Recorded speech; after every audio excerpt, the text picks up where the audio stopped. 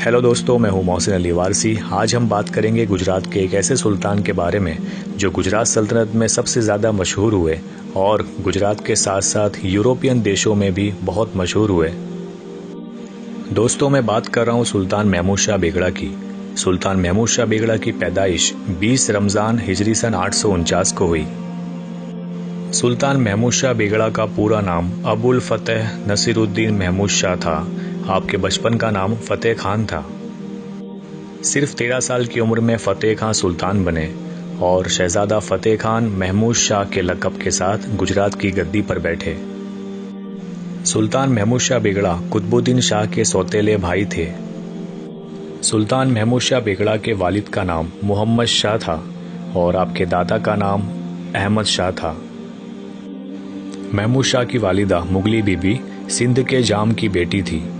अहमदाबाद के सूफी औलिया अल्लाह हज़रत शाह आलम रहमतुल्लाह अलैह सुल्तान महमूद शाह बेगड़ा के खालू थे, जिसे गुजराती में मासा और इंग्लिश में अंकल कहते हैं। सुल्तान कुतुबुद्दीन के डर की वजह से महमूद शाह बचपन से ही शाह आलम रहमतुल्लाह अलैह के पास रहे और वहीं अच्छी परवरिश हासिल की। सुल्तान कुतुबुद्दीन ने बहुत बार महमूद शाह को नुकसान पहुंचाने की कोशिशें की, लेकिन शाह आलम रहमतुल्लाह अलैह की करामतों से हमेशा सुल्तान कुतुबुद्दीन शाह को खाली हाथ लौटना पड़ा। सुल्तान महमूद शाह ने गद्दी संभालते ही सबसे पहले सल्तनत के आपसी झगड़ों को बहुत ही चालाकी से ख़त्म किया। सुल्तान महमूद शाह ने बहुत लड़ाइयाँ लड़ी और बहुत सारे किले और प्रदेश पर फतेह हासिल की। जूनागढ़ और चांपानेर की फतेह इतिहास में आज भी जानी जाती है। शहर आबाद करने में महमूद शाह बेगड़ा अपने दादा अहमद शाह बादशाह से कम नहीं थे। महमूद शाह बेगड़ा ने जूनागढ़ को फिर बसाया और उसे मुस्तफ़ाबाद नाम दिया। वात्रक नदी के किनारे पर नया शहर महमूदाबाद बसाया, जिसे आज महमदाबाद कहते हैं। चांपानेर को भी फिर से बसाकर इसे मुहम्मदाबाद नाम दिया गया था। महमूद शाह ने अपने वक्त में बहुत सी खूबसूरत इमारतें बनवाई जो आज भी अच्छी हालत में है। महमूद शाह बेगड़ा की सल्तनत में गुजरात की सरहदें इतनी बढ़ गई थी कि गुजरात के बाहरी प्रदेश भी गुजरात में शामिल होते चले गए थे। महमूद शाह के वक्त में गुजराती नौका काफिला हिंदी महासागर में सबसे अव्वल था। गुजराती नौसेना अध्यक्ष मीर बहर मलिक अयाज सुल्तानी की सरदारी में अंग्रेजी काफिलों को एक से ज़्यादा बार मुंह की खानी पड़ी थी। उस वक्त गुजरात की राजधानी अहमदाबाद था, तब व्यापार के लिए हर चीज़ सबसे पहले अहमदाबाद में लाई जाती थी। उस वक्त बहुत से हिंदू अमलदार भी आपके साथ थे। मलिक गोपीनाथ उस वक्त बहुत बड़े अमीर थे जो एक नागर खानदान से थे। महमूद शाह इंसाफ पसंद थे और अपने दादा अहमद शाह बादशाह की तरह आवाम में इंसाफ कायम रखते थे। एक बार सुल्तान के दो दोस्तों ने अपने खूनी साथी को बचाने के लिए दो बेगुनाह लश्कर जवानों को कसूरवार ठहराया था, जिसके बारे में बाद में जब सुल्तान को पता चला तो आपने अपने दोनों दोस्तों को पूरी जिंदगी के लिए सलाखों के पीछे धकेल दिया था। एक बार बुरे बर्ताव की वजह से सुल्तान महमूद शाह बेगड़ा ने अपने ही बेटे आबा खां यानी अबू बकर खां को मौत की सज़ा सुनाई थी। अबू बकर खां रानी सिपरी के बेटे थे। सख्त कानून के बाद भी जगत बेट के राजा भीम ने मौलाना मोहम्मद समरकंदी को लूटा था। इस वजह से राजा को कैद कर अहमदाबाद में फांसी दी गई थी। सुल्तान को शहर बसाने और पेड़ लगाने का बहुत शौक था। अगर कोई पेड़ लगाता तो सुल्तान उसे इनामात अता करते थे। अगर कोई उजड़ा और वीरान घर देखते तो खुद उसकी तहकीक करवाते और फिर से बसाने में मदद करते थे। किसानों के लिए कुएं बनवाकर रियाया को हर तरह की मदद करते थे। इसके अलावा महमूद शाह के वक्त में पानी के लिए खूबसूरत वाव भी तामीर हुई। बाई हरीर सुल्तानी की वाव और अडालज की वाव बेमिसाल है। मिरात सिकंदरी में सुल्तान के बारे में ये लिखा है कि सल्तनत में जालिमों में ऐसा खौफ है कि कोई कबूतर पर भी बाज नहीं छोड़ सकता। मिरात सिकंदरी में लिखा है कि सुल्तान के वक्त में बहुत ही खुशहाली हुई। ऐसी खुशहाली फिर किसी वक्त में नहीं आई। सुल्तान महमूद शाह बेगड़ा की निजी जिंदगी बहुत रहस्यों से भरी है।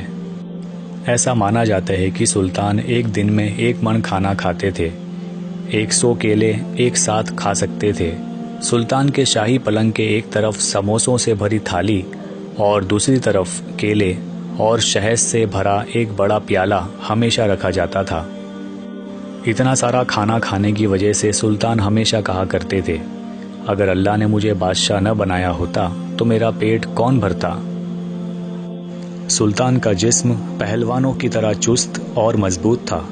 आपकी मूछें इतनी लंबी थी कि दोनों सिरों को कान के पीछे साथ में बांध सकते थे।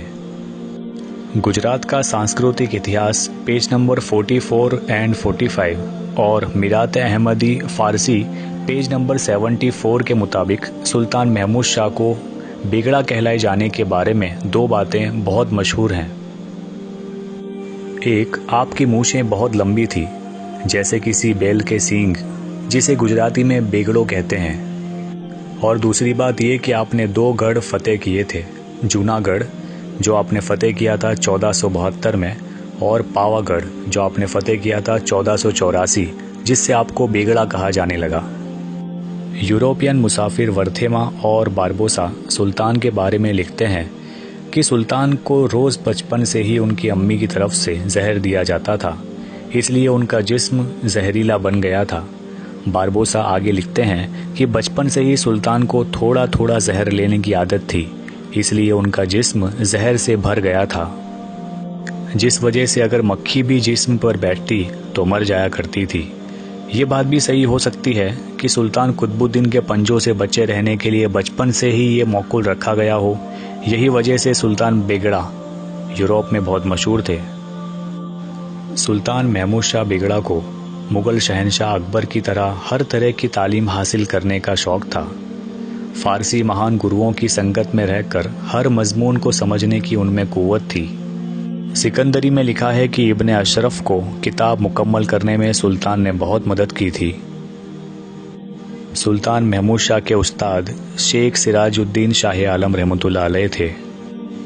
सुल्तान महमूद शाह ने सरखेज रोज़ा, शाह आलम रोज़ा, दरिया खान का गुम्बट, रसूलाबाद, वटवा, चांपानेर, धौलका और भी बहुत जगह पर छोटी बड़ी शाही इमारतें बनवाईं।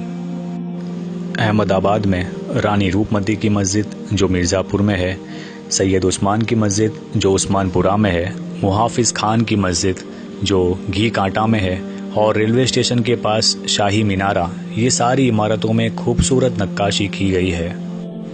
महमूद शाह बेगड़ा के वक्त में सल्तनत को आवाम से आबाद करने में शाह आलम रहमतुल्लाह अलैह, मलिक दावर, मलिक अयाज़, मलिक सारंग, दरिया खान, मलिक गोपी, मलिक अलीम, मलिक कालू, मलिक इसन, ताज खान सलार और काफ़ी नामी गिरामी हस्तियों ने बहुत मेहनत की थी।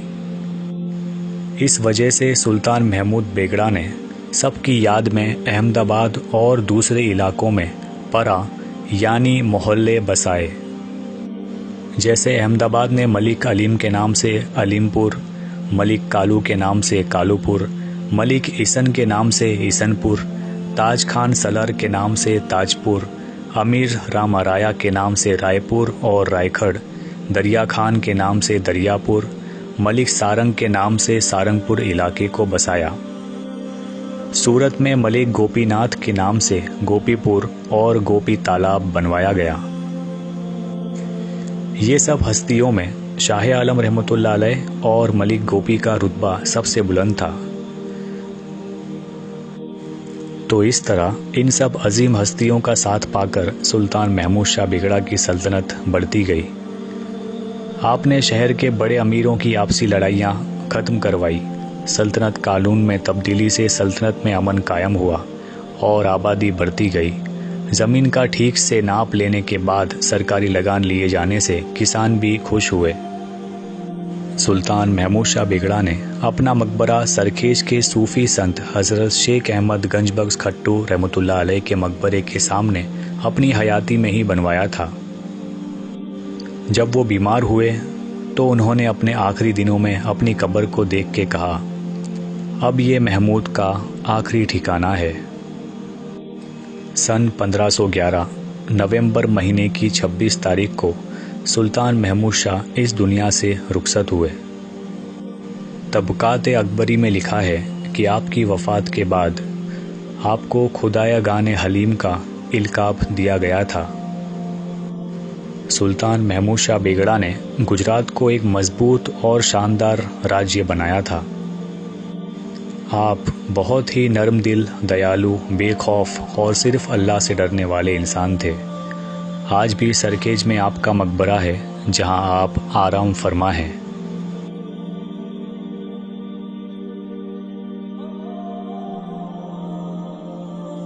अगर आपको मेरी वीडियो पसंद आती है तो इसे लाइक और शेयर ज़रूर कीजिएगा और मेरी चैनल को सब्सक्राइब ज़रूर कीजिएगा। यूट्यूब पे मेरी चैनल का नाम है मोहसिन अली वारसी।